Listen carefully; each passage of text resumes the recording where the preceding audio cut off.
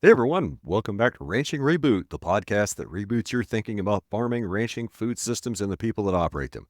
I'm your host, Brian Alexander, and I'm so excited to have you all here with me today. Whether you're tuning in during your morning commute, lunch break, or while you're whipping up something tasty in the kitchen, I want to thank you for joining me on this incredible journey. Today, we're diving deep into some pretty interesting topics I know you all care about. Where our food comes from and how it gets to our plate. There's so much to uncover, from farm-to-table movements to the rise of urban farming, and even how food choices impact our planet and our health. But hey, don't worry, we're going to keep it casual and fun. No dry lectures, just good conversation, interesting stories, and a few laughs along the way. So grab a snack, grab a drink, comfy, and we're going to get going. We're going to cover some top tips for finding, training, and retaining good seasonal help. We're going to take a look at the cattle market, cattle cycle, and cow herd numbers. What does it all mean? We don't know. All I know is if we don't start keeping back a lot more heifers to make into cows, things are going to start to spiral, and I don't think we want that. We're also going to get into carbon contracts on this episode, and you don't want to miss it. My guest today is on, I believe, his fourth time on the podcast, Mr. Trevor Brian. Trevor and his lovely wife ranch in western North Dakota, mostly custom grazing, but he also has a side hustle running a hotshot rig and transporting loads for the oil field. We also talk about the No-Till on the Plains to Dakota's bus tour, which if you're listening to this when it comes out, and I don't know why you wouldn't, it's probably happening right now. Maybe I'll run into Trevor, maybe not. If you're on the bus or you'll be at a tour stop, come say hi and get some stickers. Speaking of the bus tours, I have to get packed and leave, so you guys get a short intro this week. That's it. Here we go.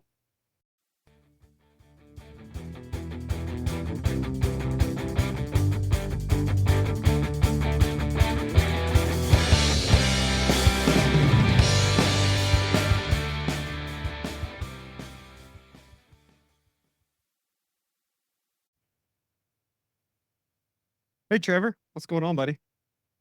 Well, not much. Just I had a heifer in with my neighbor's cows, and getting one heifer out of 100 cows was a challenge. Yes, I can imagine. Been a minute since I've had anything tangled up with a neighbor, fortunately. Yeah, good. Yeah, it's always a pain in the ass when you got to deal with stuff getting mixed up. So how's everything else going? It's going good. We're getting through the summer. We got a lot of cattle and 3 groups, and yeah, it's been a learning curve. This is last couple years we've had 2 groups.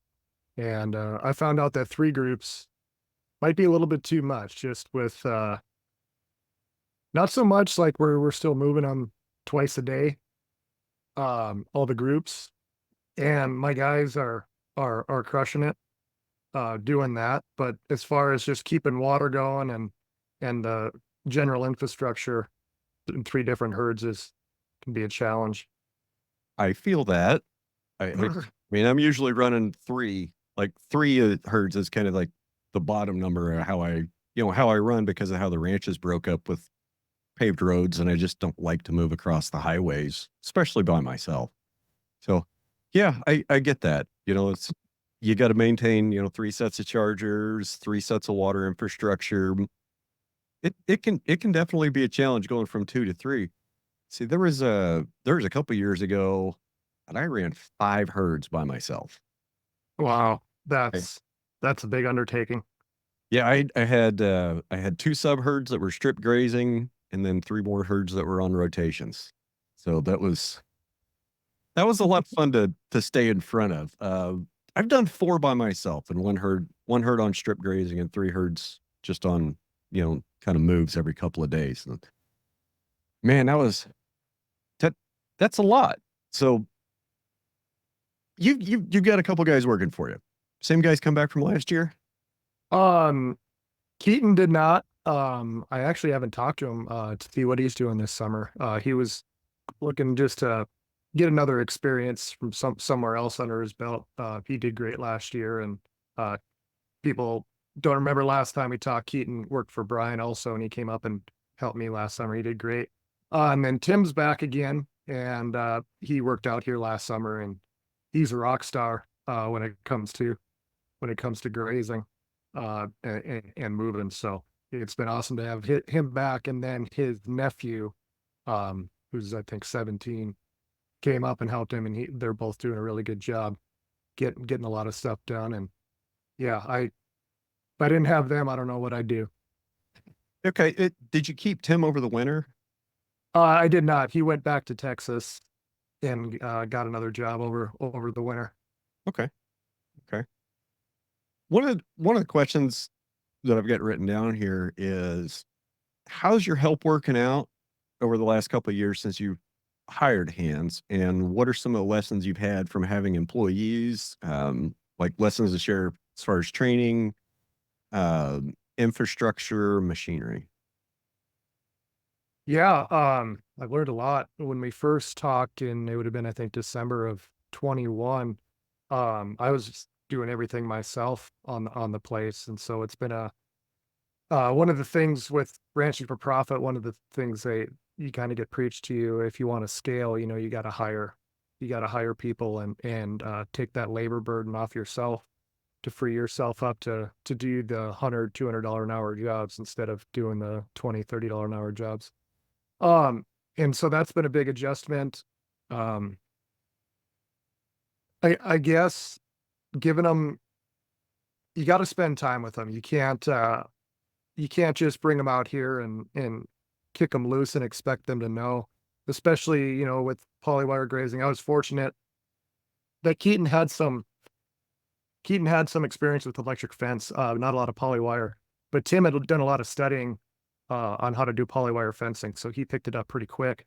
But moving forward, we talked about this last time too on, kind of the, demographics of hiring people, of the people that you're able to hire. Well, if you have a seasonal position, there's a good chance you're not going to be able to keep those people for long because they're going to want to move on and find a full-time position. And unfortunately, our branch isn't big enough, or we haven't expanded enough or been able to scale enough to be able to provide a full-time position at this point. I hope to someday, but there's a good chance he's probably.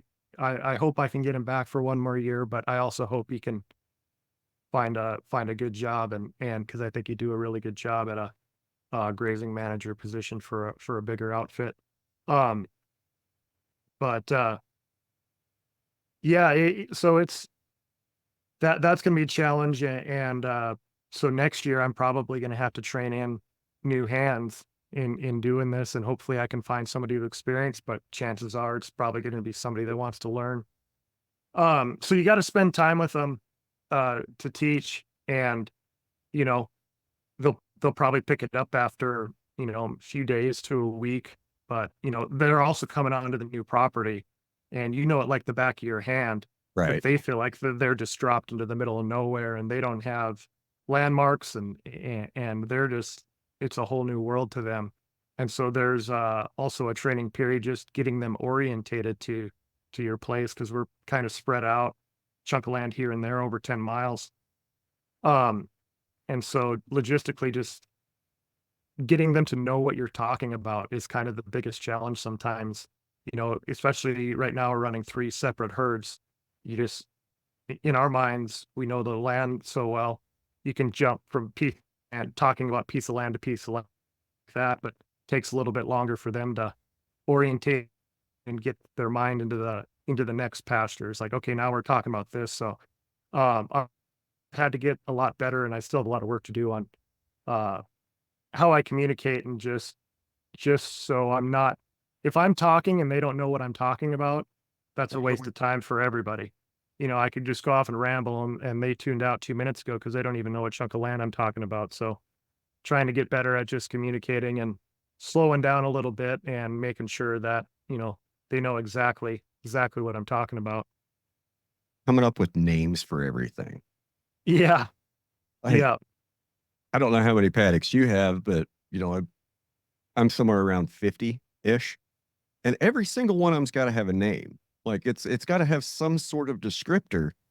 And yeah, I don't know about you, but sometimes I have a hard time coming up with paddock names, especially when you take like a paddock that's 150 acres, split that into 3 or 4. Okay, well that had a name. Well, that name's going to transfer to another one of those paddocks. So now I got to find 5 more names in that area that makes sense to name those paddocks, so I know where the hell I'm at, and I can tell somebody.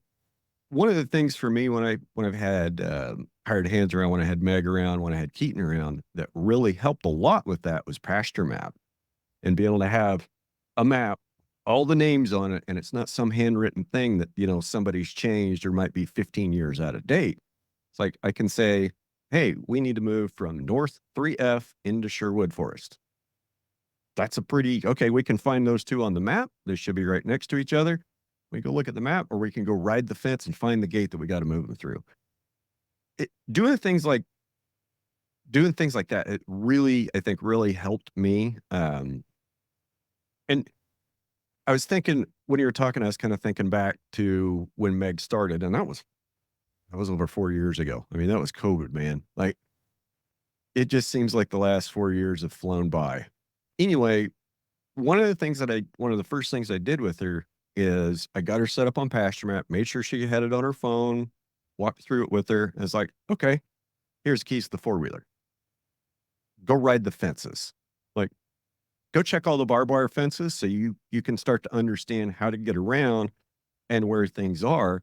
And when you find something that's messed up, you mark it on that map and you send me a screenshot of it so I know where it is. And then we can go back and fix it later and we have a record of that. And I think that really helped a lot.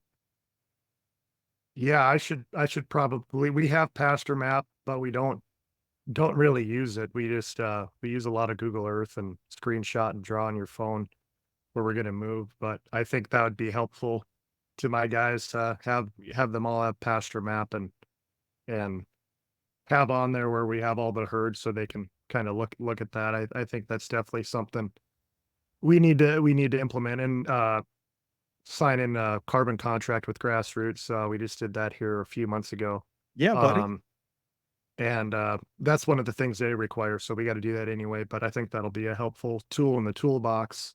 Um, just because we have chunks of land here and there, and they'll spend a lot of time, where the cattle are, and not a lot of time at the pastures that are out in front of us.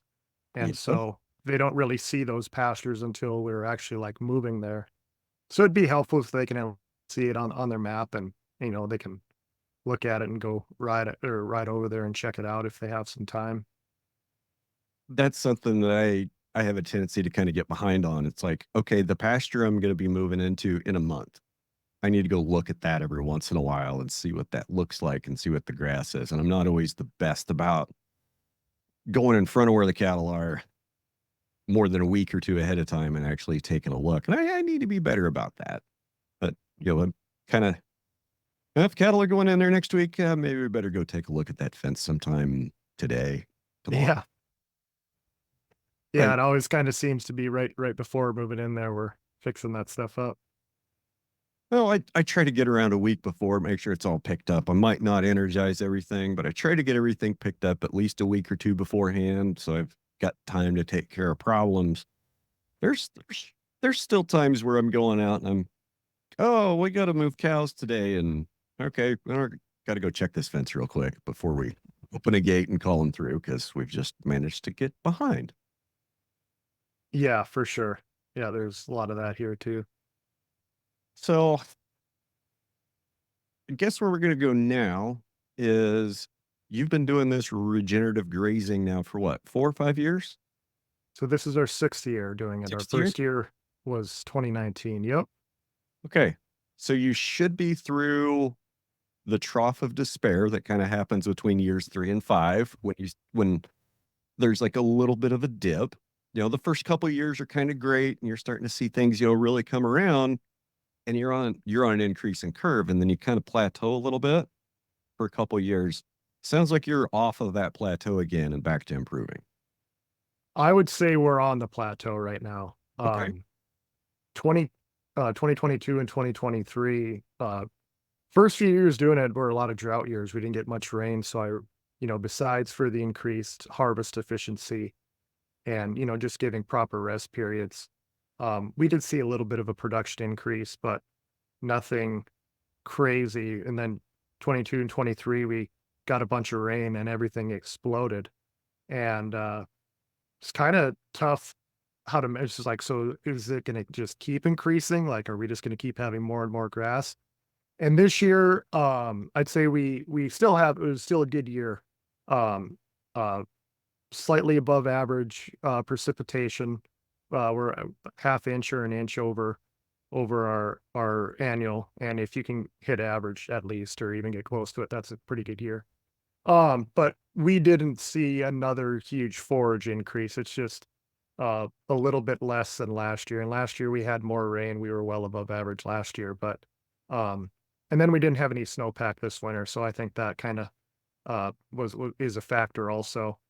Um, so yeah, I'd say we're kind of in that plateau area, and you know, it's it's probably going to be a more steady kind of rise, but a slower rise as far as health of our land.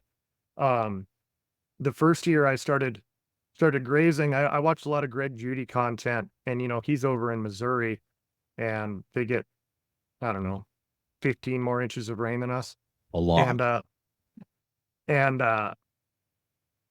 2 or 3 months longer growing season. But I kind of wanted to try to graze like him and kind of you know, take the tops off and move on early in the year, and then and then try to come back slower in the year. And in our environment, or that year, I noticed all that did was stunt my grass. When I went and grazed it off, that's where it stopped. It got a few green tillers on the bottom of the grass the rest of the year. But as far as tonnage, there really wasn't much there. And I, I didn't go ahead. okay. How much of the grass did you take? Like, do you have an idea what your forest? Probably 70%, 60, Okay. 70%. Okay. Um, yeah, to the point where it looked like you just took a lawnmower over it, Yeah. and, they're just taking all the good stuff off the grass and kinda leaving the stem. Um, and it seemed to kinda stunt the grass. But, that was our first year doing it. It was, dealing with an extremely degraded resource. Everything was overgrazed for a long time. So I kinda switched from that to a more of a total graze, where try to hit everything once and hit it hard, and been doing that since, through last year, and last year was our first year with, custom yearlings, and, we were still doing the total grazing. We ended up only getting, zero 0.8 pounds per day, uh, as far as a gain on it, doing it that way. So the cattle owner wanted us to move a little bit faster this year, so we kinda shifted back towards, not taking it all, probably taking 80%, 90%, probably closer to 80%, this year, and And is moving a that little bit faster. how long is that duration? Your grazing duration? Well, we're moving twice a day, Okay. but we'll allow them access to that same pasture for up to 2 weeks. We're strip grazing away from watering points. With Um, and that so by no back fence. Yep, no back fence until 2 weeks, or we finish up grazing away from water, and then we'll back fence and then graze them the other way, away from water, for a couple weeks. So without a back fence for 2 weeks, are you having any problem with them going back to like the stuff in the first couple days when you get down to like day 10, 12, 14 Yeah. in that strip? Are you having problems with them going back to day one, two, three, four, five?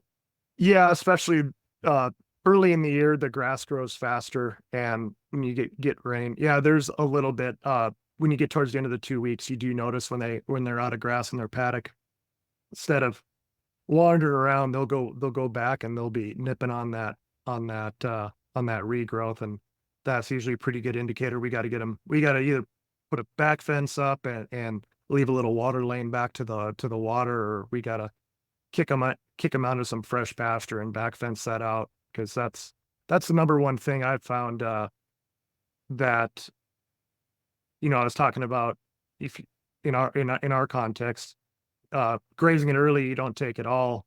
Well, grazing it all in our context, you're gonna set that grass back. It's not gonna keep growing like crazy. Um, but you graze off that regrowth, and that grass is gonna be stunted for next year too, or at least it's gonna be behind 3, 4 weeks.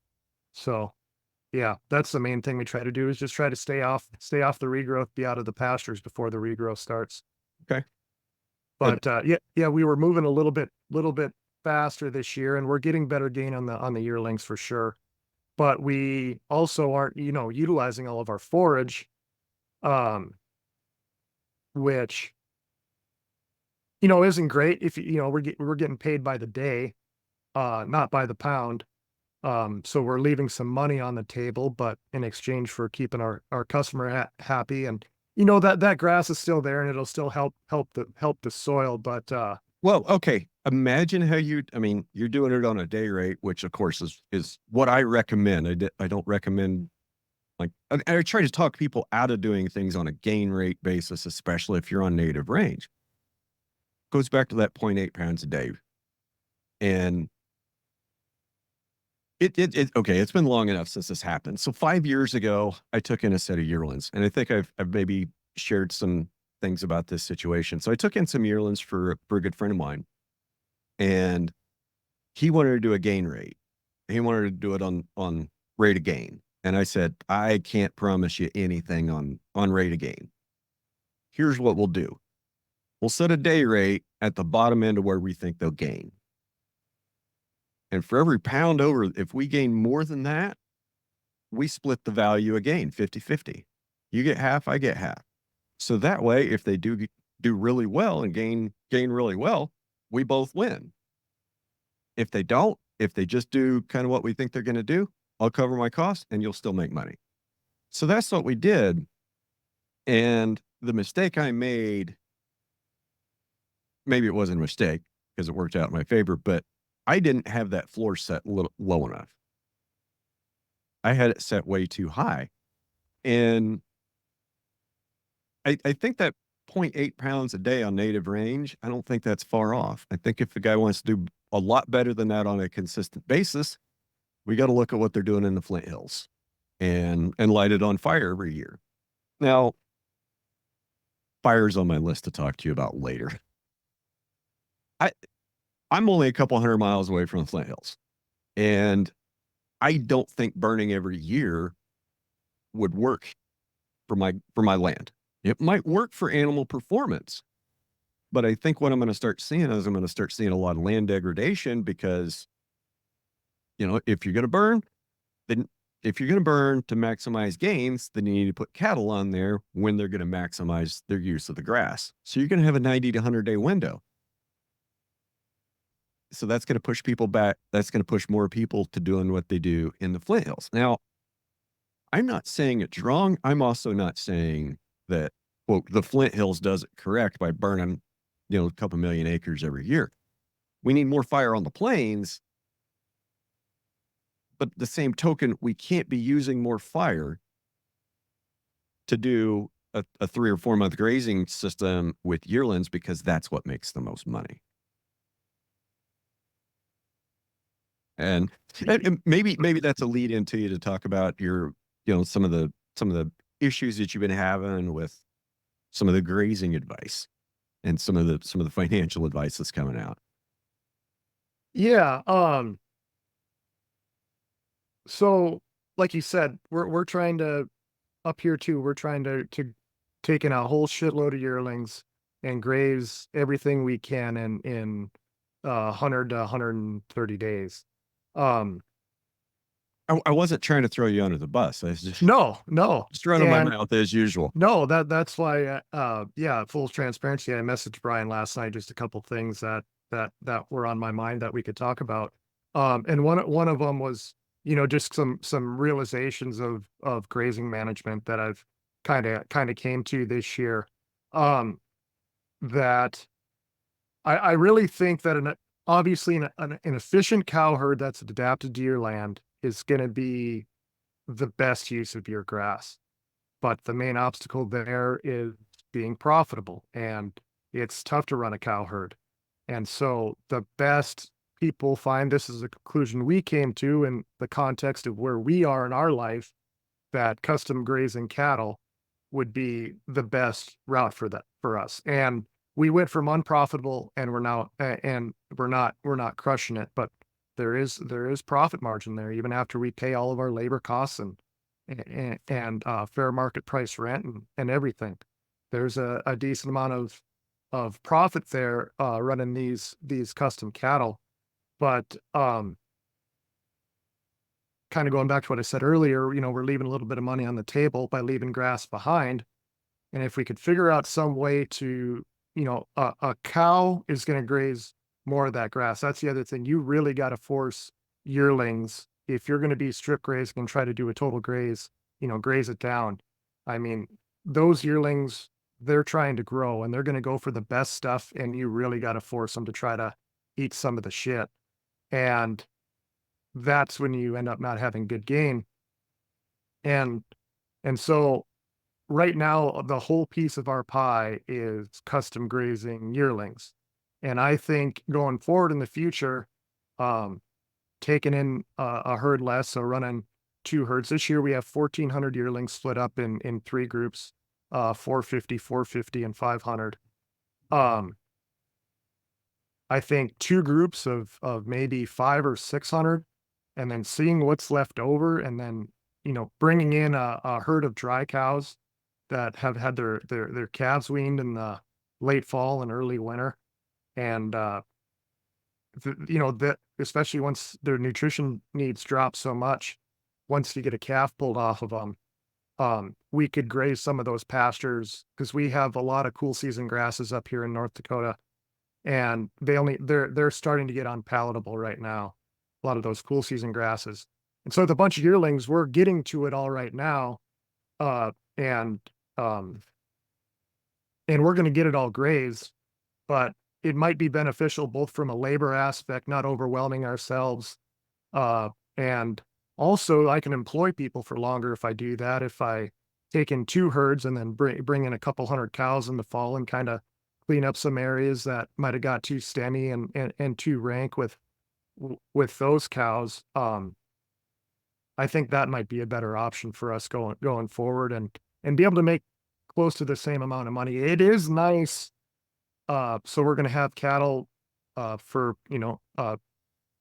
I think we're gonna get rid of our first herd. It'll be, right at about 100 days, and then there's gonna be another one that's gonna be around there, and then we'll keep one, close to 130 days. It's looking like we'll be able to keep them. So it is gonna be damn nice once we get all those cattle gone that we're done for the year. We made our money. Uh, we got a lot of fencing projects to work on, so I'm going to keep my guys on for another month or two after that, working on fencing projects, so we don't have to.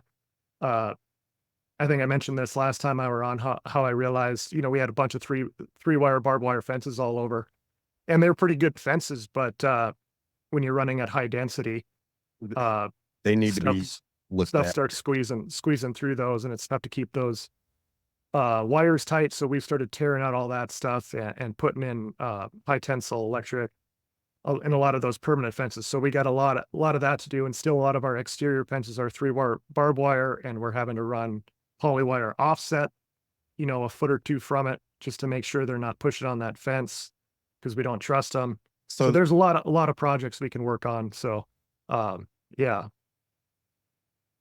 uh, yeah, fences, fencing. Do you ever get ahead on your fence, or are you always on your back foot? I've been thinking about that a lot. I was like, man, I started doing improvements here 5, 6 years ago, and it's like, I thought 2, 3 years we'd have everything. Then there just seems to be more and more stuff. And you know, uh, hopefully another 2, 3 years we'll have it set up pretty good where we're not running as many offsets and not as much poly wire. Um and to reduce labor a little bit. But yeah, right now it just seems like, man, every year there's just like 20 to $30,000 that we're spending every year to tear stuff out. That's labor and materials, everything included.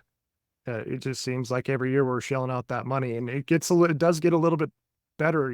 Our infrastructure, and it for sure pays for itself over time. But yeah, it never seems to end.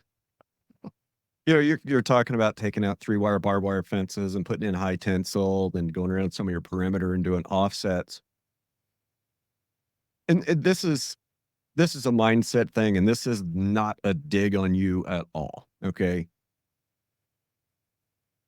So 15 years ago, when I got out of the military, I was start traveling around and looking at things with fresh eyes. You're like, yeah, that's an awful pretty fence on that ranch. Then you start like calculating the cost of how much they spent on their corner braces and that nice 6 wire fence. And you go, okay, yeah, that's really expensive. Today it'd probably be 25 or $30,000 a mile to build a fence like that. And the number I used to use, which is it's 8 years old now, and it came out of Anderson Creek Fire, was $15,000 a mile to build a 5 wire barbed wire fence. And that's probably a little closer to 20, maybe 22 today. And you look at that cost, and you look at the cost of, okay, well, I'll just leave that fence there, and I'll just run a string of high tensile and do an offset. Hell, that's cheap. That's real cheap. And where I'm going with that is, I'd drive by a place and I'd see a fence that was kind of fallen down, kind of looking run down, and they'd just have an offset electric on the inside. And I think about that and I go, man, why didn't they just maintain their fence? And now that I've been running the ranch for 15 years, I'm looking at places going, I don't have $35,000 to get that fence replaced this year. Maybe I'll just run an offset through there and throw an energizer there for the 7 days the cattle are going to be against this fence. And that's not where I get to. It's like, okay, I've got several miles of barbed wire fence that's not barbed wire, it's page wire. Like it's woven wire, a leftover from when my great grandfather had sheep out here in the 30s and 40s. Okay. So this is fence that was originally put in, I think probably between 1932 and 1935 when they built the highway through the ranch. Okay. Like 90-year-old fence that's had how many fires run through it? I can only get so good at weaving 14 gauge in to repair holes in that stuff. And there's only so much of that you can do. I mean, when you're weaving to repair a hole that a cow walked through, you use 50 or 80 feet of wire to weave that through. Okay, maybe I'm stupid for doing that, but that's the only way I know how. I look at that fence, and every year it gets more expensive to replace it, and it keeps saving up money, and in the emergency fund, and that gets taken away for emergencies. We'll get there one of these years, but I definitely see why a person would choose to run an offset, even though it doesn't look great, and kind of the mindset, and this was subject of a show a couple weeks back. I don't know if you heard the episode that just came out with Valerie Grimes or not. Yeah, that was great. It was actually pretty uh full transparency. Brian and I were supposed to do this podcast like 3 or 4 weeks ago, and I messaged him a couple days before. Is like, I just feel overwhelmed. I'm not in a great headspace. Can we reschedule? And yeah, so that was a great podcast. That yeah gave me a lot of things to think about.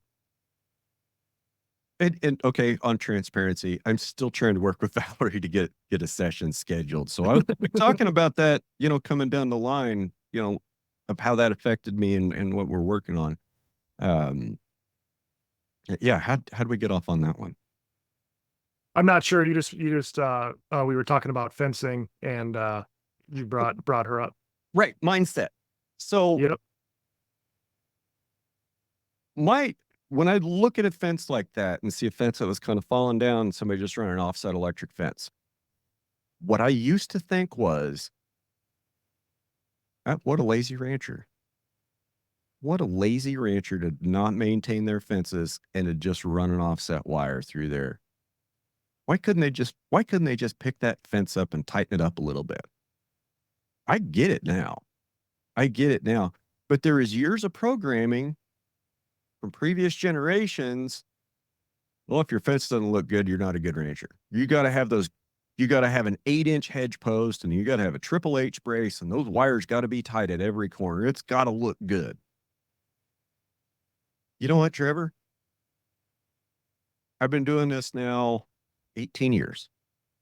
I have never, ever, not even one time, had a cow stop me in the pasture and complain the fence wasn't straight, tell me the corner didn't look good.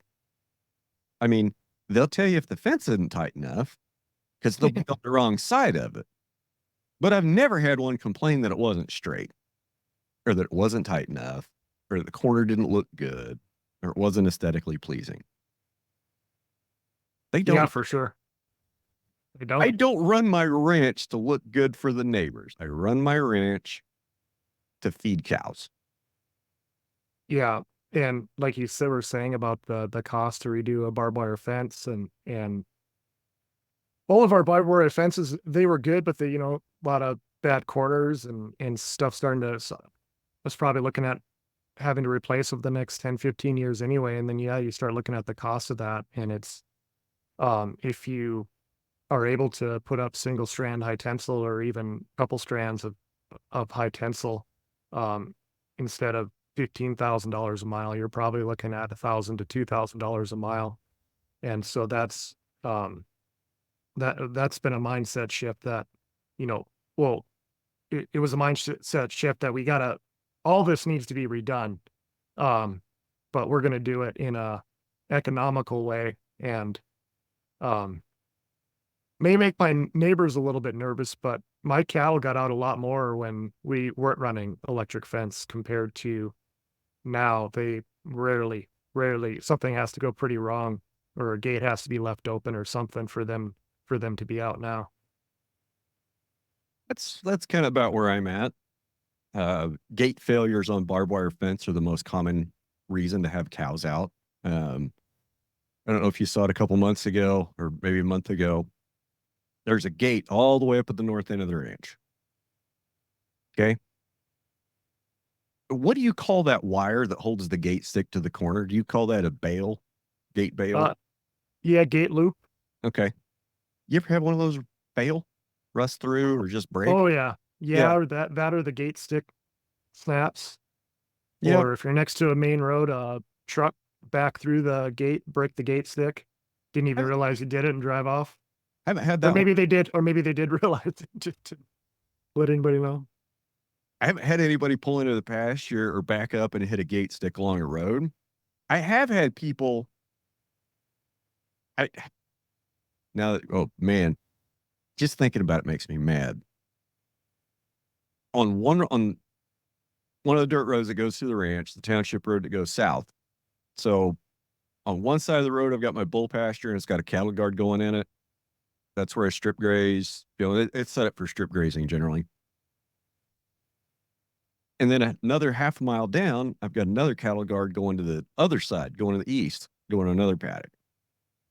And within a span of like 3 months, I had 3 trucks come in and wipe out both cattle guards, and one of them took out a whole bunch of electric fence. So so the guy calls me, right? And I've known him for literally 35 years.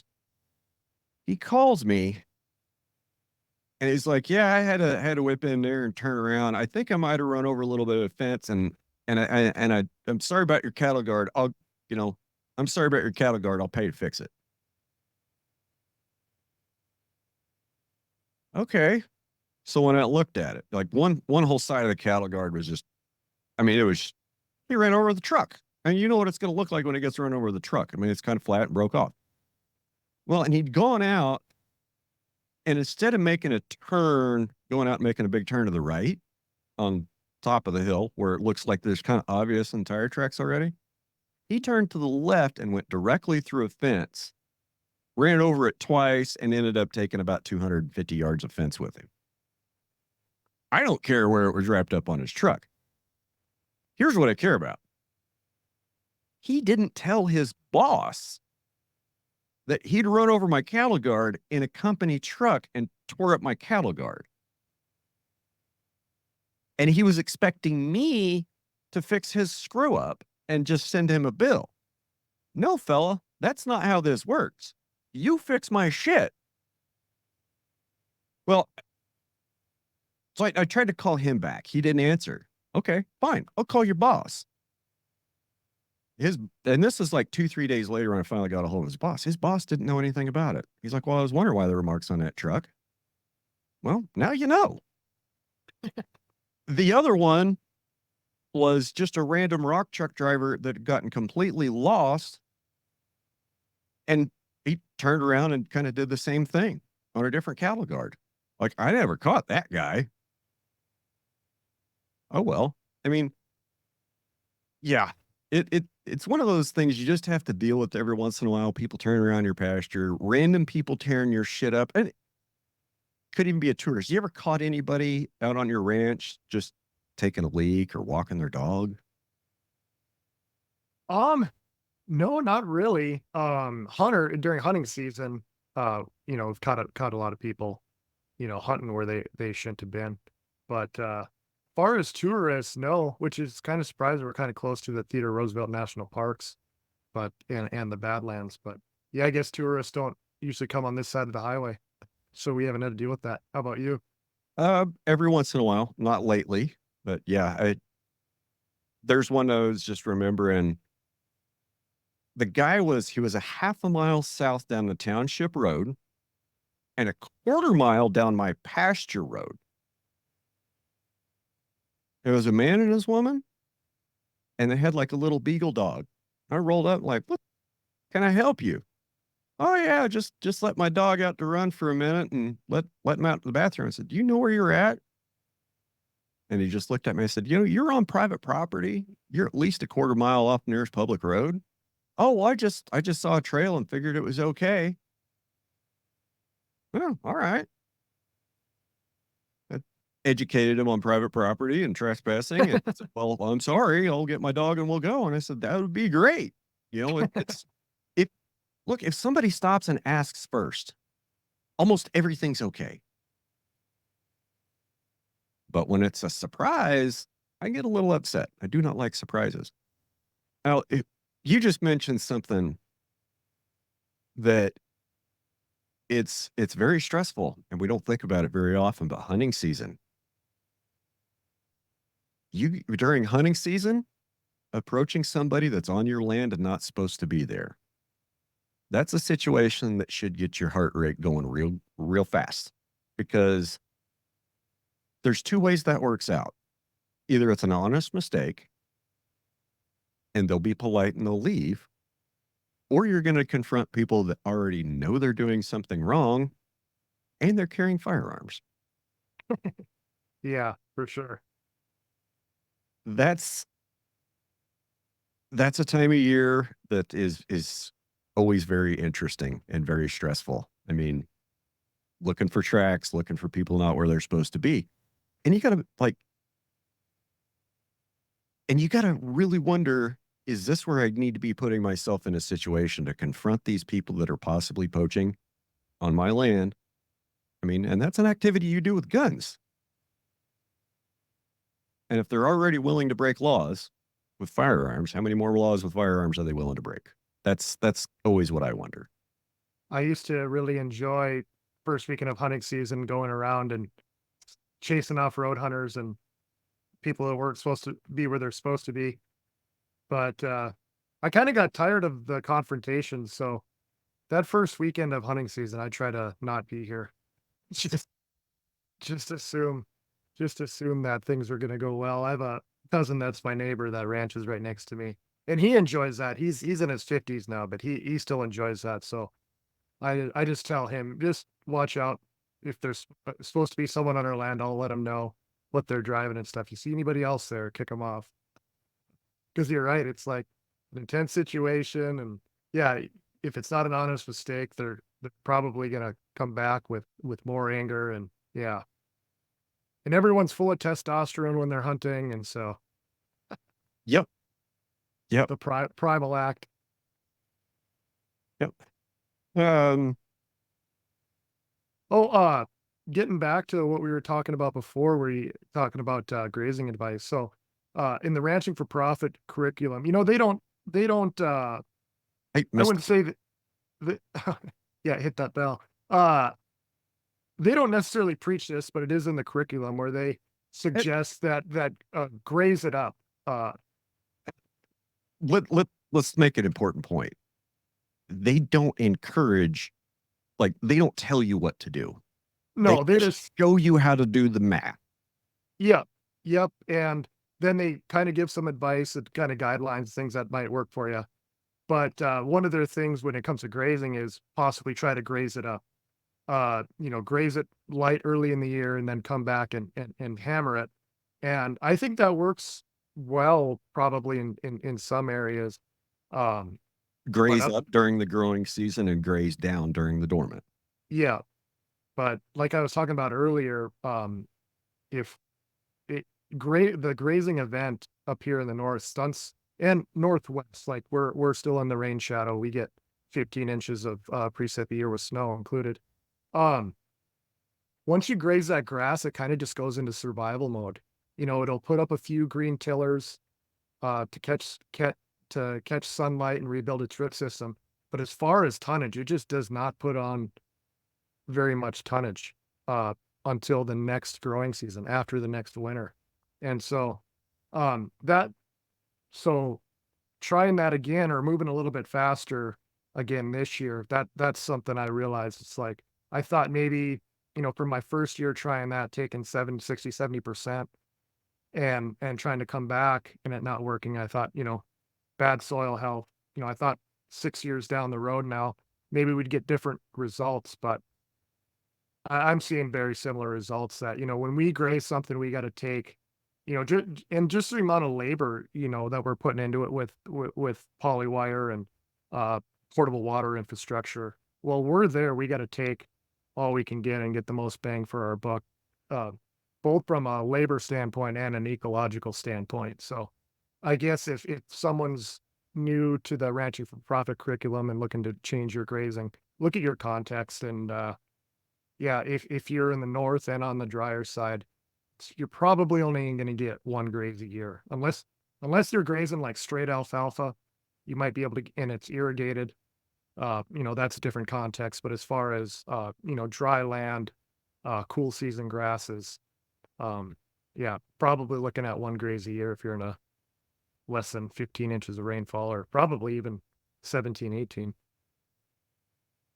I think I would agree with that assessment that where you're at, the grass can probably only be grazed once a year.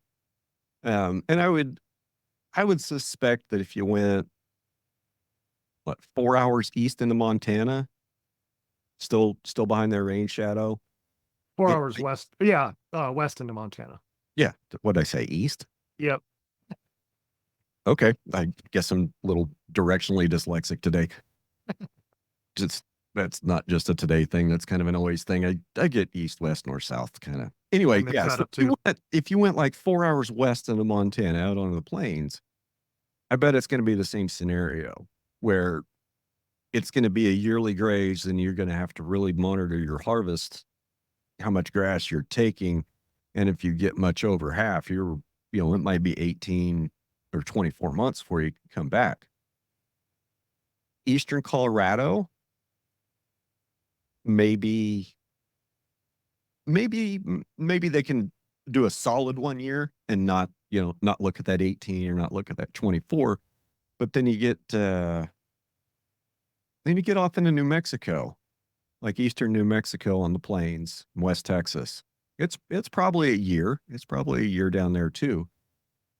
So I'm wondering where the line is between where I am and the front range of where it becomes possible to get 2 or 3 grazes a year.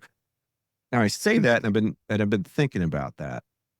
I'm guaranteed 1 graze a year, and that's kind of the drought management type scheme, which I've been on for 4 years. Even though this year we had a record, we had the wettest June my dad's ever recorded since he started keeping rain records in 1985. How It's how much you get in June? like 10. Wow. Yeah. Did that catch you up though to your yearly average for this year? Numbers wise, we're sitting good. I think we might be just slightly above. Um, Awesome. Ponds are all full and the soil saturated. Like that's I noticed this 2 days ago that we're the last rain. We're saturated. Like our soil profile now is almost completely saturated, and a lot of things are running off. And it's first time in 4 years I've seen that. And it's pretty amazing. Ponds are back full, creeks are running, everything looks great. I mean, I'm in the same situation I was in a year ago, Trevor. I've got I made the decision to stock the ranch when it was dry. I came in at a drought stocking rate, told clients prepare for a short season. Now here we are again, coming up to the middle of July. I've got belly deep grass. I mean, belly to chest deep grass in a lot of places that I haven't grazed yet. That's on you or the cows? Well, that's on me. Awesome. I mean, that's up to here. I've got grass, and I've got grass dang near up to my beard already. Like it's nuts. That's awesome. Again, I made my decision on stocking rate during the dry when I was looking down the barrel of it being dry. The forecasters were saying it was going to be dry. The climate gurus were saying it was going to be dry. Like they said, maybe we'll get moisture in like March, April, May. That's what I was hearing in January and February. They're saying maybe it'll start in late March, but April, May, we should get some moisture. I didn't come. Didn't look like it was coming. So I pulled back on numbers back to where I was last year. And then it starts raining again. I don't feel bad. I mean, I don't feel bad. But again, I've got half the cows that I need to have. So it's one of those things you just got to kind of stick with, you know? So Are you looking to maybe take in, other groups in the fall or winter to try to graze more of that, or what's your plan? no, I want to take the winter off. Like I respect that. I need some time away from the ranch. I need some time away from cows. I need to get out of Barber County and spend some time out of here. It's time away, mental health break. It's coming, and I realize that I need it. And it's one of those things like you don't understand how much stress and pressure are building up inside your head that you can't deal with just because you can't get away. And as soon as you put it on the calendar, I'm taking vacation in November. It's like a lot of that lifts and starts to get better because that's something, I'm looking forward to that now. Yeah. What are you gonna do? Have you decided yet? No, I've got a map up on the wall. The I found a website that's like the best driving roads in every state. So, what I got a new vehicle back in late winter. I don't think I've said anything about it on a podcast, but I traded in my Jeep, my Rubicon, for a Mercedes GLS. Is that like a SUV type thing? Yeah, it's 3 rows. It's the outside of it. It's about the same size as a Ford Explorer, but inside it's about the size of a Tahoe. I mean, it's huge. It's 3 full rows, and you can put 2 up front, 3 in the back seat, 3 adults in the back seat, and they've got plenty of room, and still put 2 kids or a couple of dogs in the back. Anyway, I got kind of the sporty version. It's got big, fat, wide, sticky 21-inch tires on it, 450 horsepower twin turbo V8. Need that. It's kind of sporty. So Good. I want to take it on some drives. I want to take it down some nice roads. There was when we got away last year in April, and we took a little vacation down to Broken Bow, Oklahoma. Mhm. And for a couple of days, and we went up to Northwest Arkansas, I forget the town. A lot of cool roads in there, and we found a really cool road in eastern Oklahoma called the Tallahassee Scenic Byway. It goes from Tallahassee, Oklahoma to Mena, Arkansas. And it's an old road, and it kind of winds up on the top of one of the mountain ranges. And when we drove it last year, I think the whole 60 or 80 mile length of it, I think I saw like 5 other cars. Yeah. That's There's awesome. there's some roads that I want to go there's some roads I want to go look at, some places I want to go. And okay, so the plan is, so I have this big map on the wall. I need to take all these roads and put them on Google Earth. And I need to overlay where all my friends are. Cause like, I don't know if anybody knows this, but I am a map nerd. I love maps. And Same. I have a map on Google Earth where there's a pinpoint of almost everybody that I know or talk to or have really interacted with on social media. There's a lot of pins on it. So what I'm going to try to do is I'm going to try to connect dots with these awesome driving roads and plan a road trip around driving these roads and making some stops across the plains and the South to meet people that I've met, through Zoom or through the internet that I don't really interact with much in person. I want to go see them. Want to go see some operations. Want to go have a fun road trip and drive some roads. See some Yeah. see some w- different country other than the Red Hills. Yeah. Well, if you make it north, let me know. I definitely need to get on more people's place too. I think that's one of my weaknesses is just like I learned about regenerative agriculture, regenerative grazing, and I just kind of dove into doing it. Like the act of doing it just off research I did on my own and a lot of phone calls and people that are already doing it. Um, and I probably could have saved myself some mistakes by going and visiting more places. And I still haven't visited nearly enough just because you just get so consumed by doing the actual stuff that yeah, sometimes it's hard to go take a look around at other places. So that's awesome. I think that's one of the reasons why executive link summer meetings are on the ranch.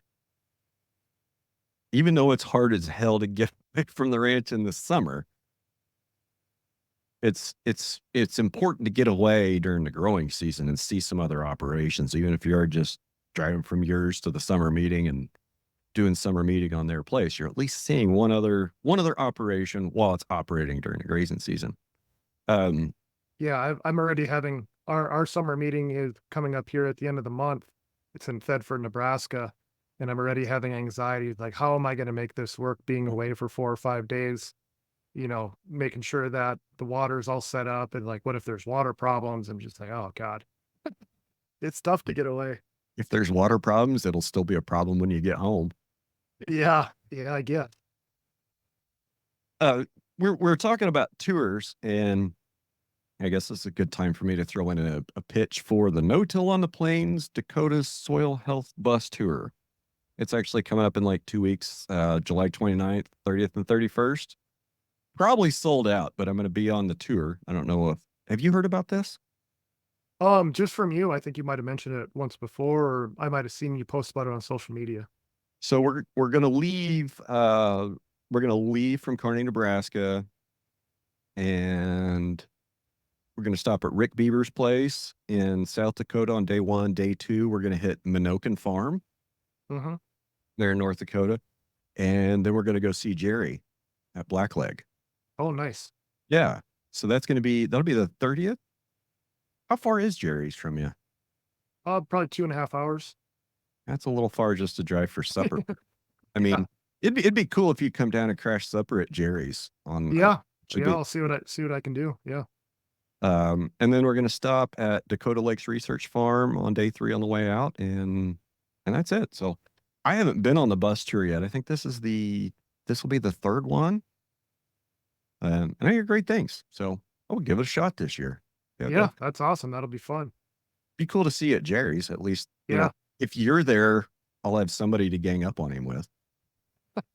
Yeah, I'll try to make it over. That'll be a couple days after we get back from Nebraska. So if I don't have any disasters going on, I'll try to make it over. It'd be awesome. Be awesome. Um, so we were kind of getting into, we kind of talked about some of the downfalls of grazing yearlings and, and how that fits in with, ranching for profit and the kind of the general advice. And I hesitate to call it advice because they're not telling you what they think. They're asking you questions on what your numbers are showing you. And maybe the way I've said this before, one of the issues I have with ranching for profit, and I love them. I love Dallas. Don't get me wrong. It's a great program. Executive Link is fantastic. But I think that and the math doesn't lie, cow calf is not a very profitable sector. The profit in agriculture, and it's been obvious for a lot of years, is running custom grazing on leased land. But that creates a problem. The more people that go that way and get out of cows, who's that shifting the burden of raising the cows to? If the cow calf side of the business isn't profitable, guys like you and me get out of it like we have. And who's running those cow calf? Is it the guy with 20 on 2 acres in Georgia that feeds them hay all year because he doesn't grow grass and he's got a town job? Is that where all the cow calf producers are going? I mean, if the cow calf producer is basically going to become a hobbyist that has to subsidize cow calf production with a town job, the backgrounders and the feeders all get subsidized on the top end with, indirects with crop subsidies through, corn, ethanol, and things like that. Where does that leave the guys in the middle? Yeah, yeah, I don't know. Um, and I've been doing a lot of thinking about that, like what I want to do in the future, or where we want to take our business. I would really love to try to make a cow herd work again, especially in our context. I'm not sure how to do that yet, but it also might be just be a market play.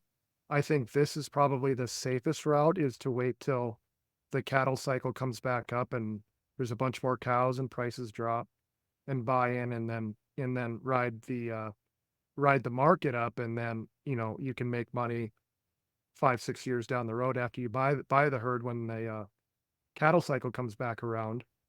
And so I think I definitely like to do that at least. But man, I'd really like to just, from raising kids around, having the baby calves, and you definitely have more of a community when you have a cow calf herd. Your neighbor, you're all going to all your neighbors brandings and stuff, which is another burden, and has been nice to not have to go to as many brandings here the last couple of years. But it is kind of a community thing, and you do kind of feel left out of the community. So um yeah, there Yeah, it, when I drive by and I see my neighbors, they got a group of trailers up there on the hill, right? Like, all right, it's, late May or June or early July.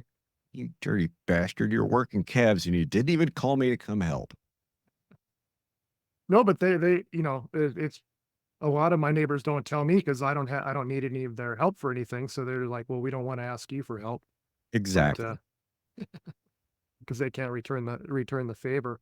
But and then circling back to ranching for profit, and um yeah, sometimes the numbers tell you that your cow herd isn't profitable.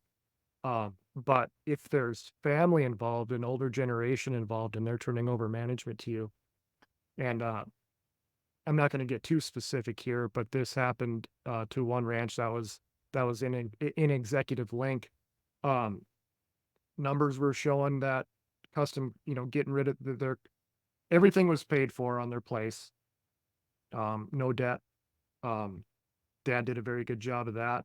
Um, but the cow herd was kind of just breaking even every year, and now you're bringing in family um, to run the place, and the cow herd's profits, doesn't support that.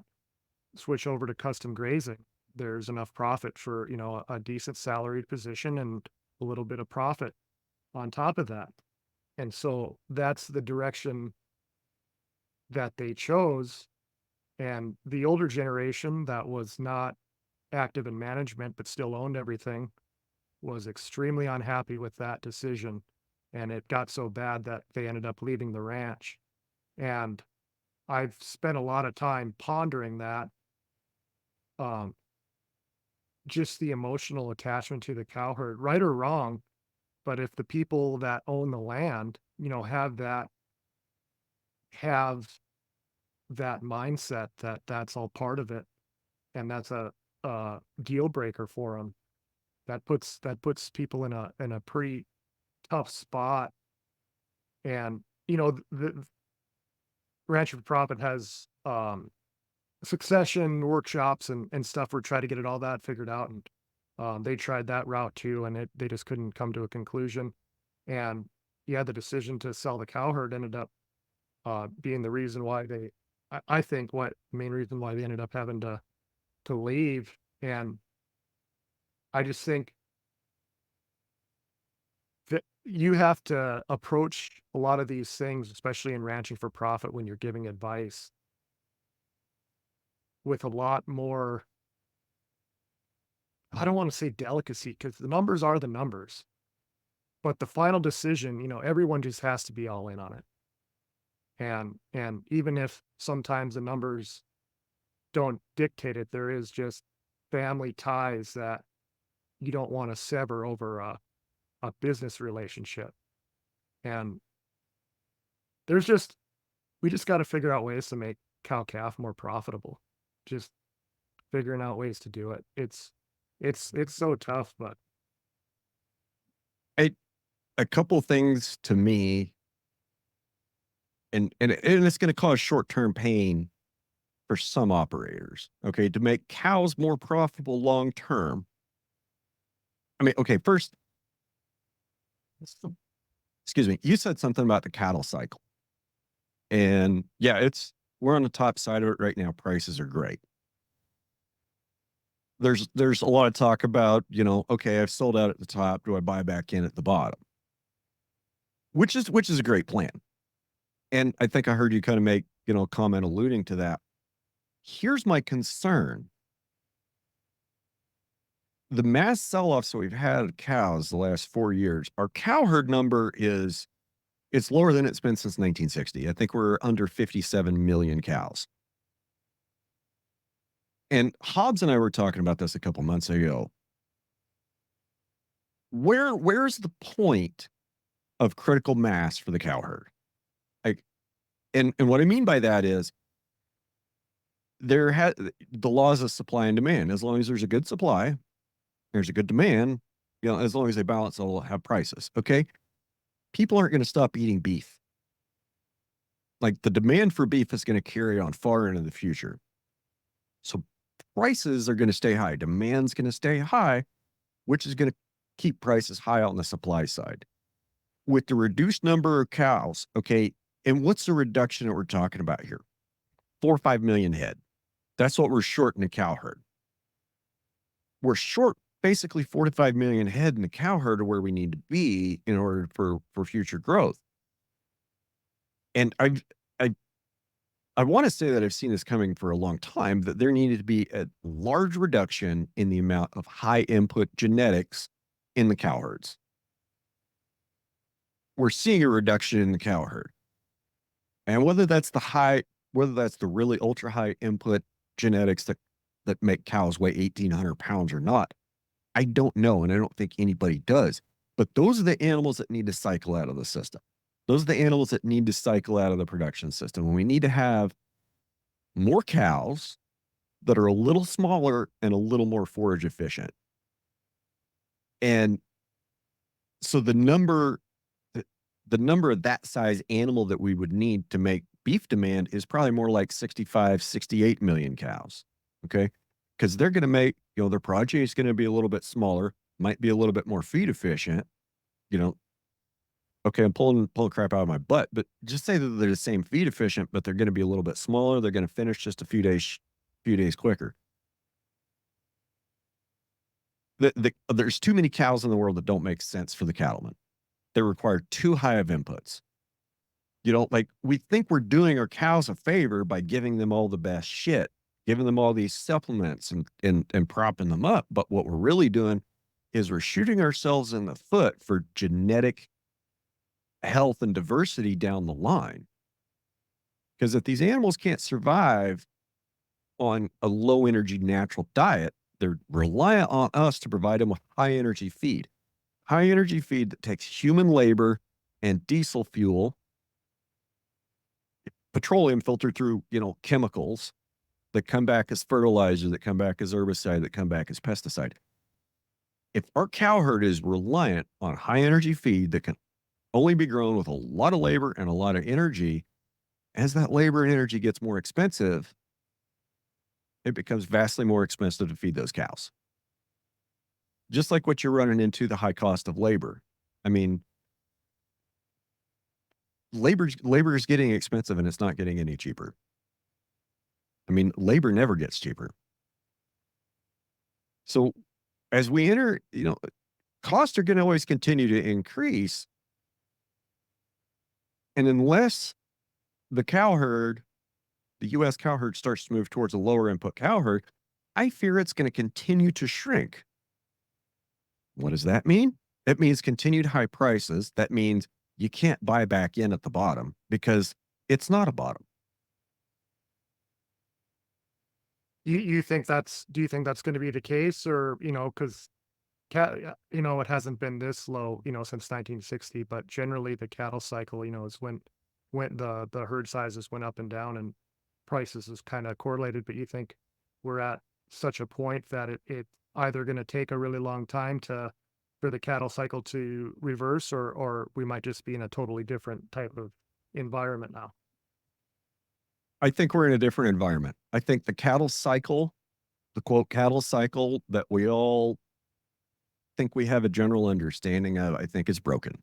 I think I think COVID broke it, and I don't think we've figured it out yet. Interesting. Yeah, Yeah. I don't have an argument against that. Yeah, you very well could be right. And I don't really have a whole lot. I don't have much more to support it, but I think the takeaway that I want anybody listening to this to have, and tell your friends, tell your neighbors, like, be very aware of the cattle cycle because things may stay high for the foreseeable future before they come down, and we see the downside of the cattle cycle. And then that's why I say that I think the cattle cycle is breaking. And maybe I'm wrong. Maybe I'm wrong. I hope I'm wrong. And we do rebuild up to, 60, 61 million with some lower input animals and reduce the cost, start reducing that average cost to keep. But I don't see it. Yeah, yeah, I probably echo that. So I kind of think that, I mentioned that we kind of feel like we're at a plateau. I feel like we're more or less kind of maxed out on custom grazing. The amount of money we can make doing it, and I mean, we might be able to run a few more hundred head uh, someday. But as far as generally, there's not $100,000 swing left in it. Um, have you thought about owning some of the cattle, like, in a yearling context, to try to bring in another 50, $100 a head by owning the cattle? Um, No, because the math scares me.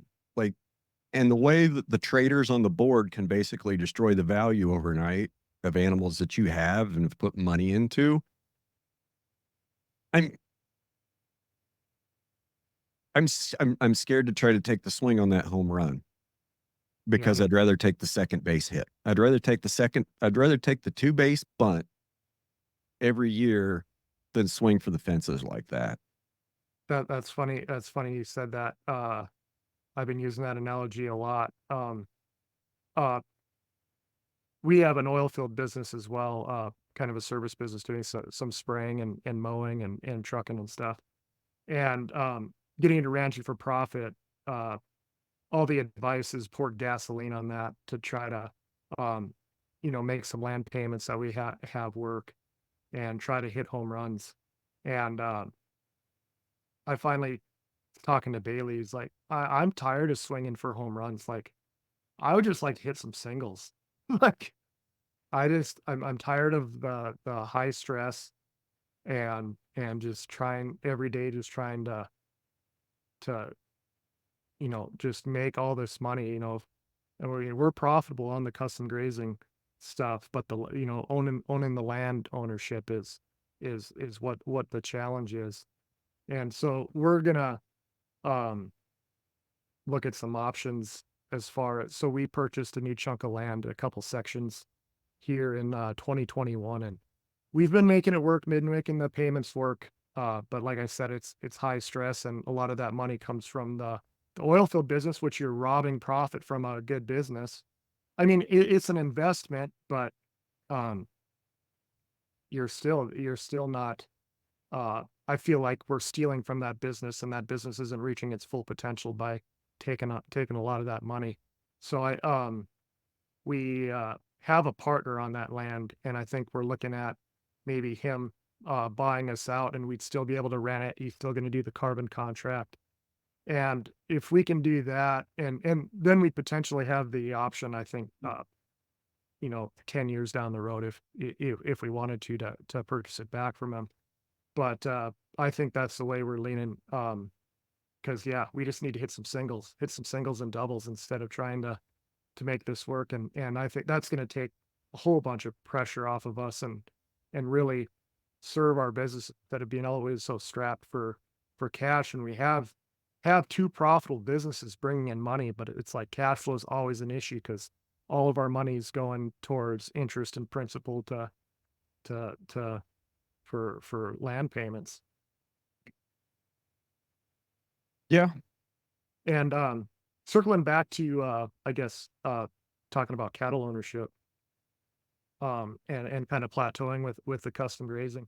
I'm real scared about that too. Is like it kind of feels like you're playing in a rigged system, especially if you just jump into it and try to buy some yearlings and put some gain on them, and just like not knowing how to time the market correctly. Um, and even if I buy 1,000 head, I mean, I'm playing against feedlots and other people that are buying 10, 20,000 head.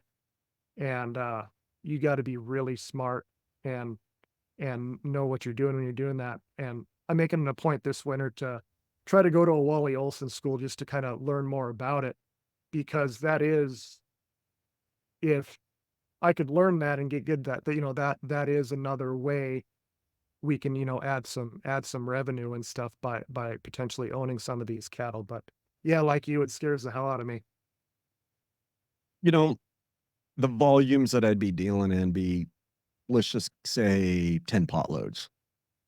I could probably run 10 pot loads of yearlings. No problem. I mean, if I really sat down and did the math, you get closer right now. Let's just say 10. And there's say, I need to make like $6 on each one of them. Okay. That'd be a nice little paycheck. You're going to be competing against guys that have a calculated $1.23 profit on that cow, on that animal, because they bought their inputs a year ago. They've got them sitting in a bin somewhere. They know exactly how much they cost. They know what their yardage is going to be. They know what all their costs are down to the penny. They know what their death loss is going to be, down to the 10th of a percent, because they've been doing this for 10 years. You're competing against that. You're competing against guys that are going to move 100 times your volume for for a small percentage of a profit margin, but they're making it up on volume. And that's what we just can't match. Yeah. That being said, though, there are people doing it and making money running, buying the cattle right, and whether they're putting in a feedlot or they have their own feedlot, and over the winter, then put them out on grass and then selling them in the fall. There are people that make consistent good money doing that. So there is a way to do it. But like you said, getting into it is very, very intimidating. And then you're dealing with you. I mean, you buy 1,000 yearlings right now. That's what, over $2 million. Yeah. It doesn't take you take a 2-3% loss on that. I mean, that's a lot. Yeah. You take a And 3% death loss on $2 million, paying 9%. yeah. I mean, it's intimidating. You know, But that's an option we're gonna look at going into the future too to try to make some more money, but yeah, it's intimidating. well, that's a situation where either you're going to go out and you're going to buy all of them yourself by putting your eyeballs on them in the barn, or you better have an order buyer that you trust with your life. For sure. I mean, wrong order buyer. Order buyer sends you a bad load of cows just because he had having a bad day. Guess what? You might not figure that out for 30 days, but when you do, it's not going to be a good day. There's, and maybe I'm just kind of being too negative about it, too black hatty, but there's so much risk in it and so much competition on razor thin margin that you're not guaranteed of. And people will say, "Oh, well, hedge them on the board." Fuck, I don't know how to do that. You know, it Yeah, LRP and Yeah. Oh, well, you can go to FSA and NRCS and you can enroll in all these price protection programs. Those price protection programs, I mean, if the government, I, I'll just be honest, I don't know how they work. But when the government comes in and says, "Well, if the price goes down, we'll compensate you," that if you can't look at the cattle market and understand it's completely fraudulent and manipulated.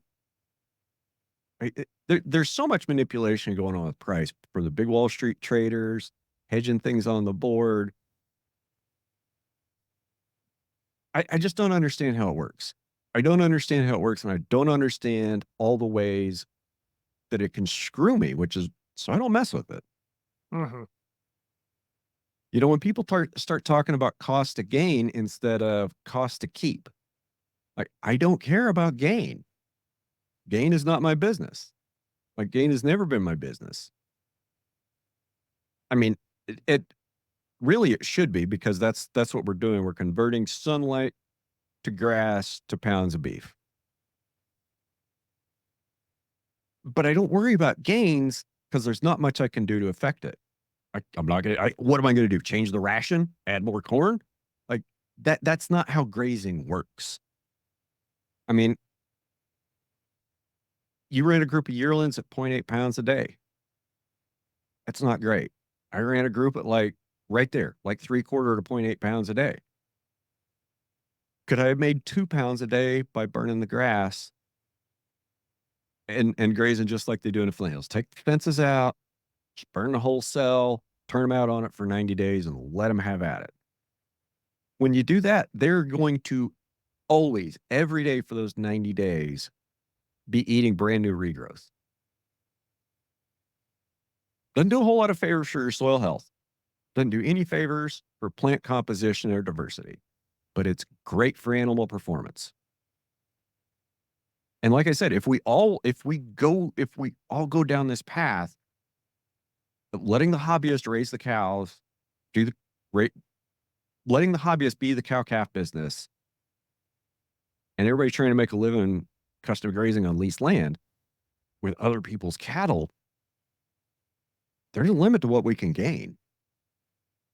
And yeah, there are things we can do that to push that past the natural, what the cattle would do naturally, but we're trading long-term health, long-term environmental health, long-term herd health, long-term human health for short-term gains for profit. Yeah, and, so we're both trying we both have, um we talk a lot about paradigms and changing paradigms. Now you and I have a conservation paradigm, where we're not gonna operate outside that. We're not gonna operate or conduct business in ways that degrade our land, and that does put us in a box and kinda limit us because 'cause we're not willing to sacrifice. In the long term, it'll be good because the health of our land will be on an ever increasing plane, and hopefully that leads to profitability. But in the short term, there are some limitations to it.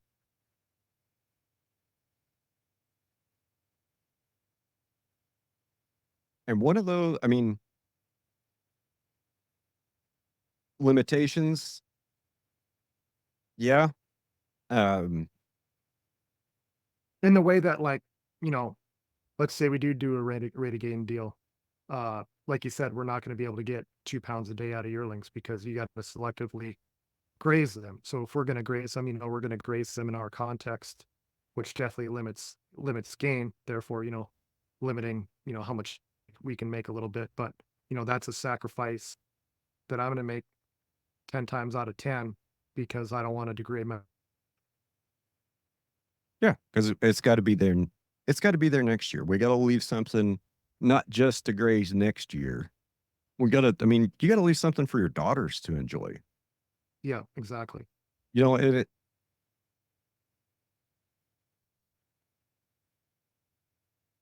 I guess when we get into it, you signed your carbon contract. I have one, and what management changes has that really driven? What mindset changes has that really driven? I can't really Uh, say. yeah. I, Go ahead. I don't think it's really changed a whole lot for me. Like maybe it's made me leave a tool in the toolbox a little longer. Like specifically fire. I was a year ago. I was thinking about burning quite a bit of the ranch. As I was watching it dry up over the winter and get dry and dry, it's like, okay, maybe we'll pull back on some of that. Was it the right call? I don't know. I made it. I see other ranches that burned right around when I was, you know, right when we were going to do it. Their grass looks fine. So I probably would have been okay. Um, but that was just a decision I made, like, okay, maybe I shouldn't burn because I want to make sure I have the stockpile grass. Yeah, and I sure hope that carbon deal works out good, and it can be a decent source of income because then that makes up some of the limitations we have by non-selectively grazing, when it comes to gain. That can kind of make up that other piece of the pie, and then that's an advantage that we have that people that operate more conventionally, they don't have that. Well, I mean, they could if they just make a few changes. What, Yeah. grassrootscarbon.com/reboot? You probably have one of those links too, don't you? Yep. Yep. That's how I got signed up. Yep. Yep. You want to talk about like how do you feel about grassroots? Like the whole process. Have they been out to measure?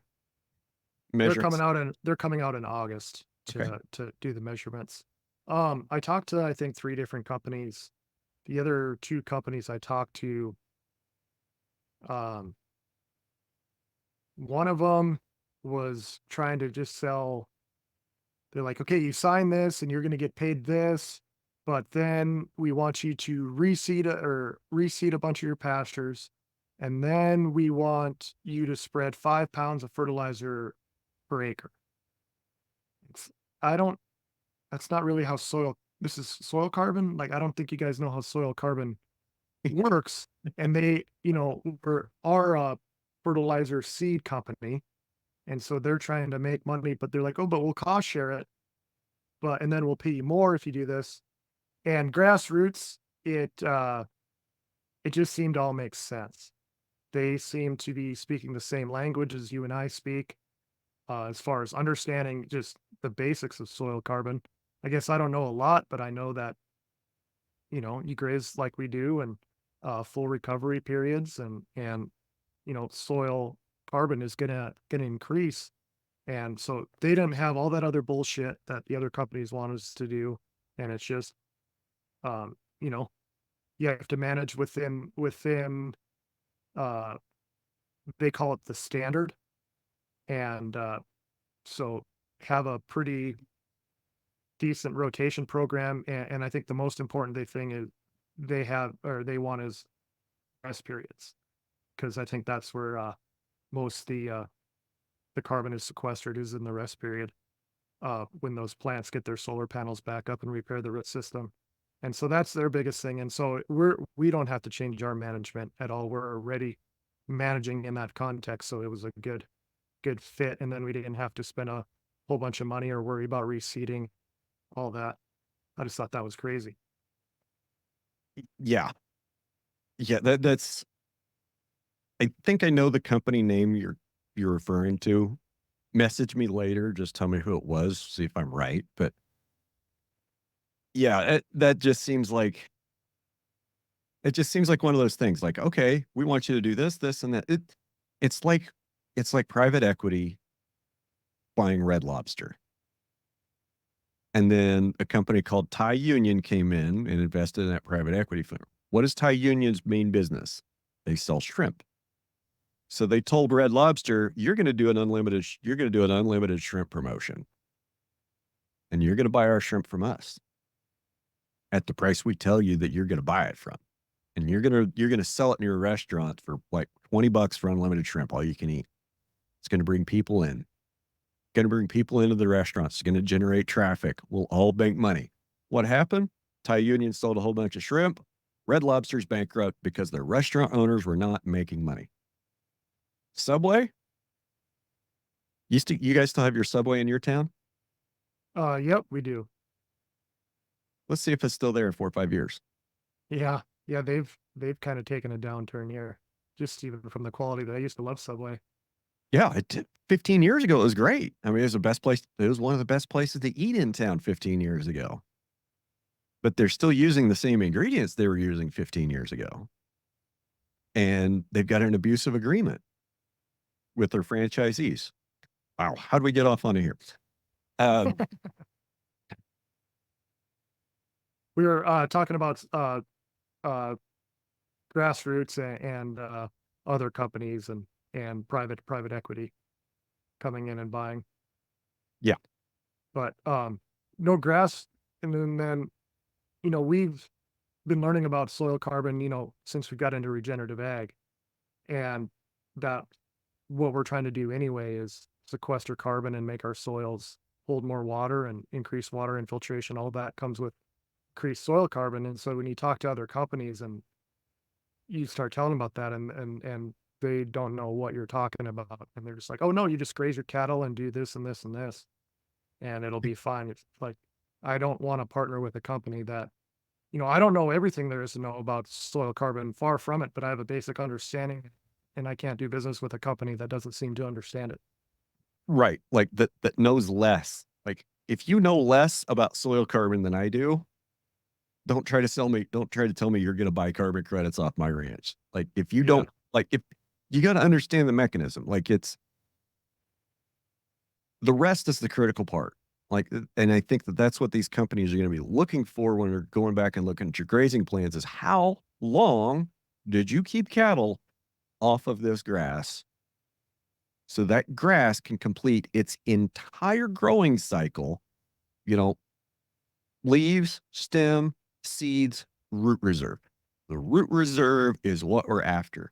When that plant takes the sugars and when it's going dormant and takes the sugars out of the leaves and out of the seeds and puts them down in the roots. Sugar is carbon. That's what we're doing, like full maturity of plants.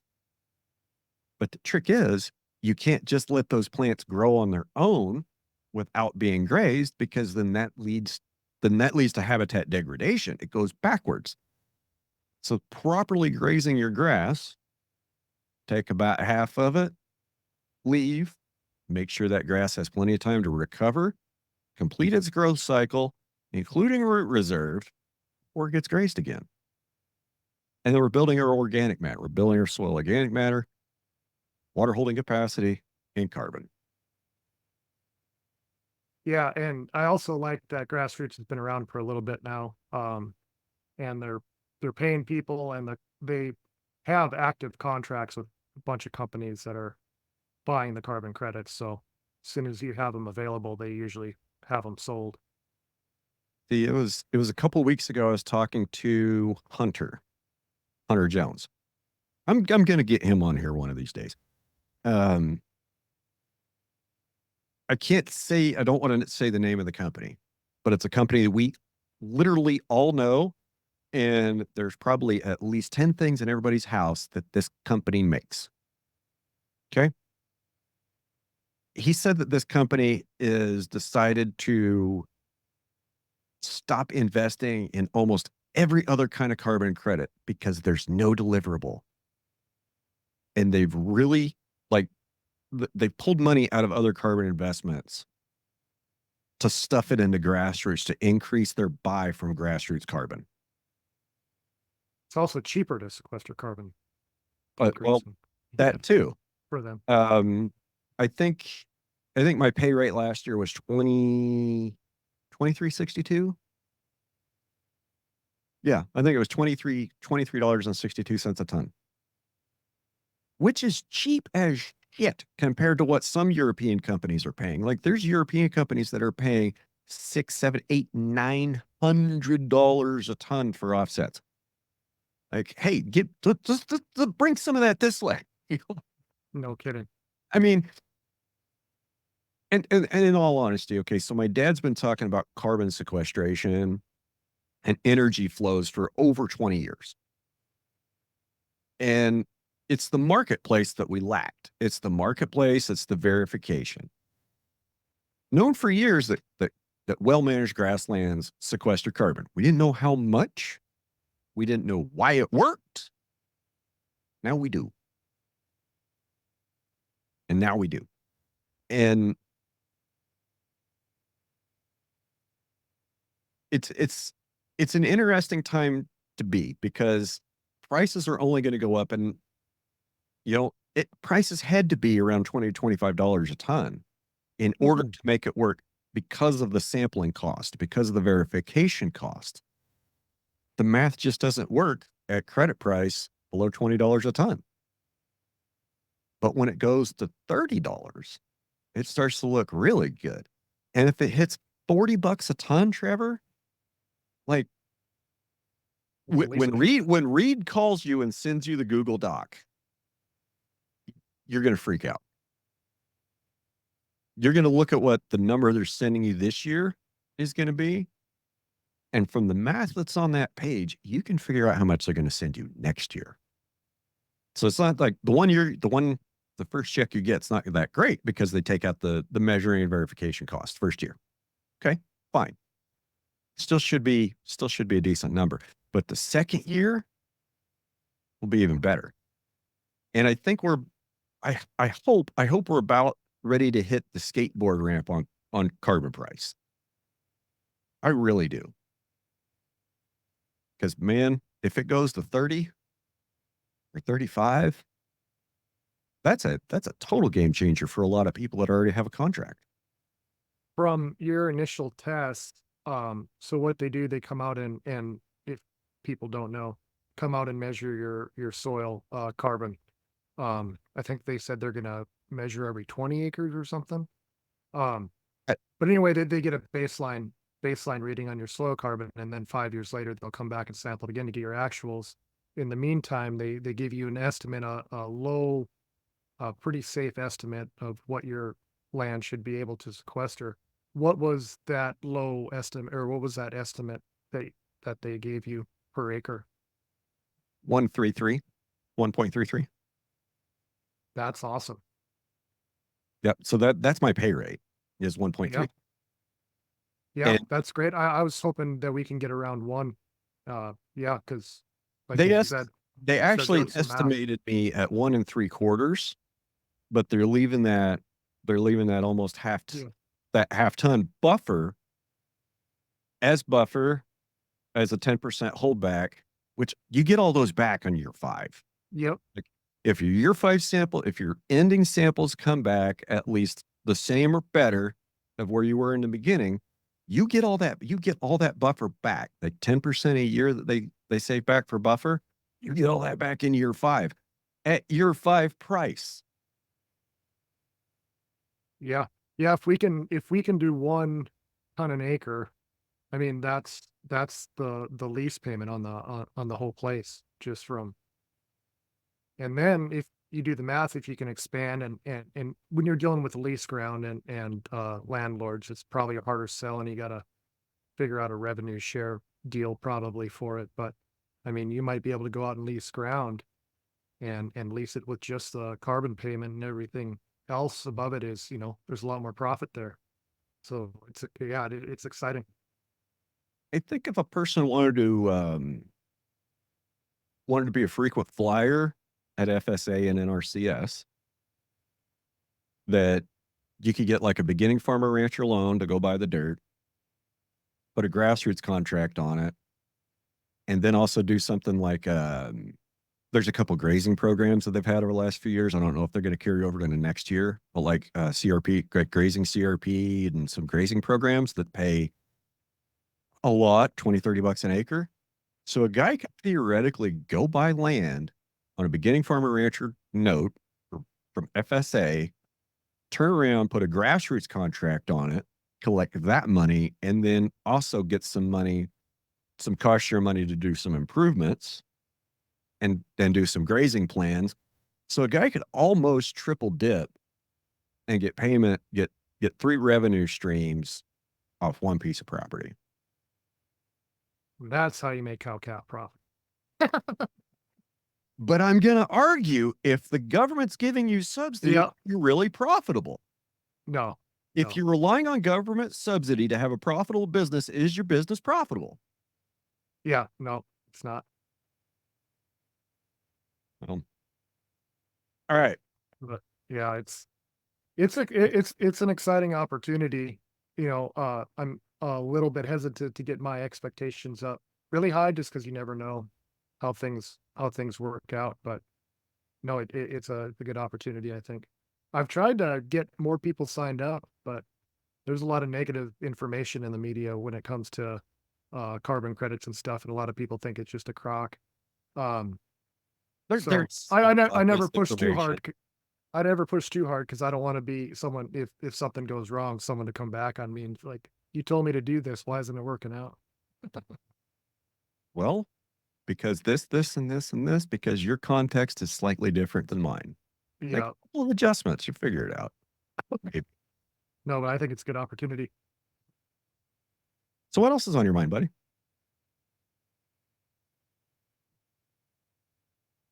Just trying to make it through the 120 days here, just every day, just because like I said, it's a big undertaking, and then we got the other business too. So I got 7 guys working for me total right now, which isn't, there's people that have a lot more than that, but yeah, one of the things, ranching for profit scales to reduce your labor force. So, a few years ago, I had 1 guy working for me, and that was just in the summer. And then now I've gone to, well, I have 7, 5 of them are seasonal, 2 full time.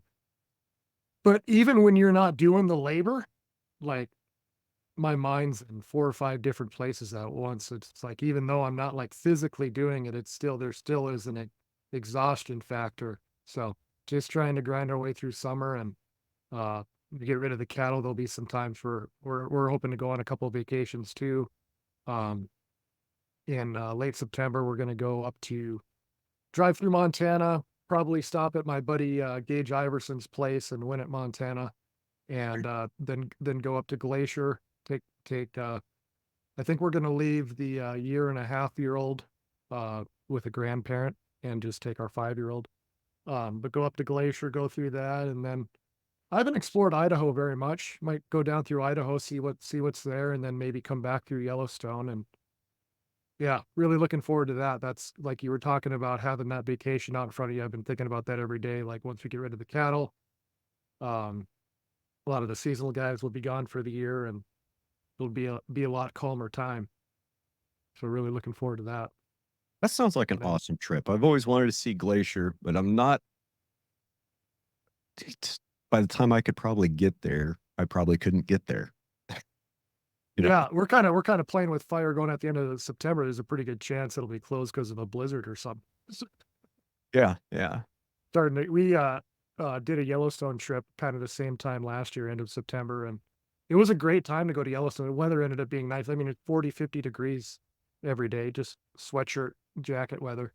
But there was like almost nobody there. So it was an amazing time to go to Yellowstone, try to do that with Glacier. You know, I complain about not being able to get away during the summer often. There's good parts to that because everybody else gets away during the summer and shit's crowded. I mean, if you're kind of on the rump season, which, if you're kind of doing cow stuff, you get maybe a couple weeks at the beginning. like right before everybody else's crazy summer season. You get a couple weeks there at the beginning and you get a couple weeks at the end. But the meat of it when everybody's out traveling around, like right now, yeah, my ass is grinding. I mean, it's the 120-day, 180-day grind. What it is. Yeah.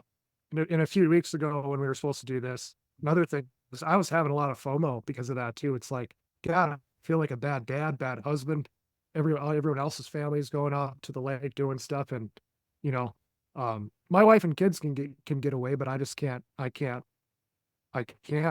just because, especially on the weekends. My guys don't work on the weekends. You know, Yeah. for the EL school, they'll work for that, and there might be a weekend or two I have them fill in. But I'm here on the weekends to give my guys off. So it's like 1,400 head of cattle. You can't go more than probably about 100 miles away. Got to be able to get back home in an hour. I, Or you're gonna have that's cattle in somebody's wheat. or on the highway. Yeah, Yeah. Well, I did see you just got away. You took your girls fishing on Saturday, didn't you? yeah. We got a little pond on our property that has some northern pike on it. So yeah, finally, my daughter Kit was asking to go fishing for like the last 2 months, and um, so earlier in the day, Saturday, we tried going up there like mid morning. Drove up there. Oh, steers broke out of their paddock. They're getting into the rest of it. So it's like, go back home, get the four-wheeler. Fishing's delayed by a couple hours. And then we went up fishing, had a good time. We were able to fish for a couple hours, and a thunderstorm came in. So that's a dam I have a solar watering setup on. I have solar panels and pump out of it, then pump Okay. up over a hill into some fields where we don't have a water source. And when that thunderstorm came through, lightning struck that solar setup and took out the control panel. So then the steer herd, that wasn't where they were supposed to be when we went up there. Well, then they were out of water. So then Sunday was kind of ruined. I had to have Tim come in on Sunday. We had to move those steers down around the dam until guys could get out and fix that solar panel on Monday. But yeah, just stuff like that. You just when you're doing this, you just got to be around, because if I wasn't around for that, you just have to check on stuff probably twice a day at least. And yeah, when you're dealing with that many cattle and trying to graze like we do. But When things the go benefit, they go wrong quickly. yeah, yeah, yeah. That's the thing. I never really have like, oh, you got a yearling out. I was still confused in that one yearling that was in with my neighbors, how there was just one in there. Because usually if there's one out, the whole 450, 500 head are out. It's not just one out. Yep. Well, I don't know when the heck that thing could have crawled in there, or why it would have, because that group was never out. And now they're a mile away from that cow herd. So I doubt that one crawled out and walked away from the herd a mile and crawled through two fences to get in. So I guess it's just one of those cattle mysteries that we'll never know the answer to. Sometimes I think that I think they do crazy shit when we're not looking. Yeah. I'm thinking it almost had to be right when we got them or something, the first couple days when we were training them in. One must have had a wild hair and got out and then saw a cow herd and crawled through fence. But yeah, just a mystery. Because we did have the steers, we had oil field guys leave a gate open that were coming in. We have some oil wells that we do not own the mineral rights to on our land. Oh, you Uh, had somebody leave a gate open? An oil field yeah, worker leave yeah, a gate open? Oh, yeah, unheard of. shock. That would never happen. Yeah, so one morning we had the whole herd of 450 steers on the road, and it was up next to that cow herd where we had that heifer in. So when she called me, I was like, "Are you sure it's not a steer? Because that would have made sense, a steer crawling in there." But nope, it was from the group of heifers. So yeah, one of those mysteries I guess I'll never figure out. Guess so. Well, we need to get out of here, man. Been at it almost 2 hours. You got anything Yeah, to leave us with? no, just I really like that podcast that you did last, talking about mental health. It's important, and I've had my struggles, and it's just as long as you're working towards something, find something to look forward to. And yeah, we're all grinding this time of year, so it'll be slow down season here soon enough, and I guess we'll sleep and rest then. Sleep when you're dead. I'm looking forward to hoodie weather. Oh, me too. This is finally our, I guess, first real hot weather we have over 90 all summer. So we've been lucky, but we're dealing with it this week. It's even going to get up to close to 100 tomorrow. So We've been in the feel like I'm in Kansas. we've been in the low 90s for a few days. We're heading back to the hundreds for another week. So Oof. I'll be thinking of you. hey, the grass needs that heat. Grass will do good in that heat. We got plenty of rain. I'm not scared. Perfect. Yeah. So when it's 97 here, I'll think at least it's not 105 in Kansas. Yep. All right, Trevor. I sure appreciate your time, bud. All right. Good talking to you, Brian. Have a good day. Yep. Gang, we'll see you.